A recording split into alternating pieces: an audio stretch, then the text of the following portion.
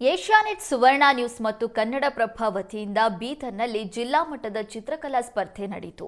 ಅರಣ್ಯ ಇಲಾಖೆ, ಕರ್ನಾಟಕ ಸರ್ಕಾರ ಹಾಗೂ ಚಿತ್ರಕಲಾ ಪರಿಷತ್ ಸಹಯೋಗದಲ್ಲಿ ಸ್ಪರ್ಧೆ ಆಯೋಜಿಸಲಾಗಿತ್ತು.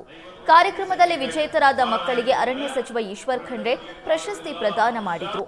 ಕಾರ್ಯಕ್ರಮದಲ್ಲಿ ಎನ್ಎಸ್ಎಸ್ಕೆ ಅಧ್ಯಕ್ಷ ಸೂರ್ಯಕಾಂತ್ ನಾಕಮಾರಪಳ್ಳಿ ಸೇರಿದಂತೆ ಹಲವು ಗಣ್ಯರು ಭಾಗಿಯಾಗಿದ್ದರು.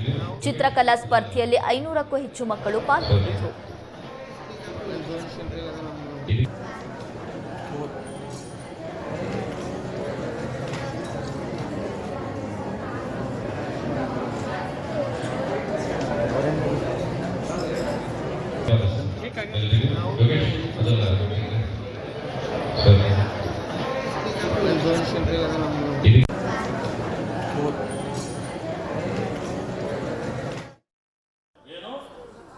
ಸಮತೋಲನೆ ಕಾಪಾಡ್ತವೆ.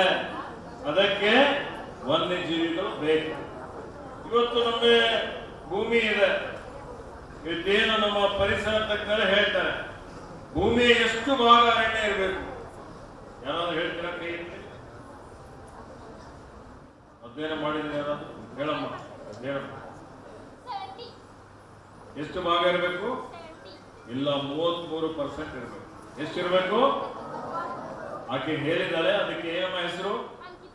ಹೇಳಿಕ್ ಅಂಕಿತ. ಹೇಳಿಕ್ಕಾದ್ರೂ ಧೈರ್ಯ ಮಾಡಿದ್ರೆ ಅದಕ್ಕೆ ಚಪ್ಪಾಳೆ ಕೊಡ್ತಾರೆ.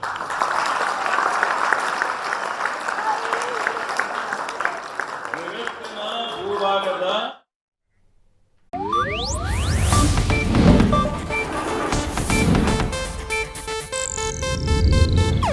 ಇದು ಏಷ್ಯಾನೆಟ್ ನ್ಯೂಸ್ ನೆಟ್ವರ್ಕ್ ಪ್ರಸ್ತುತಿ.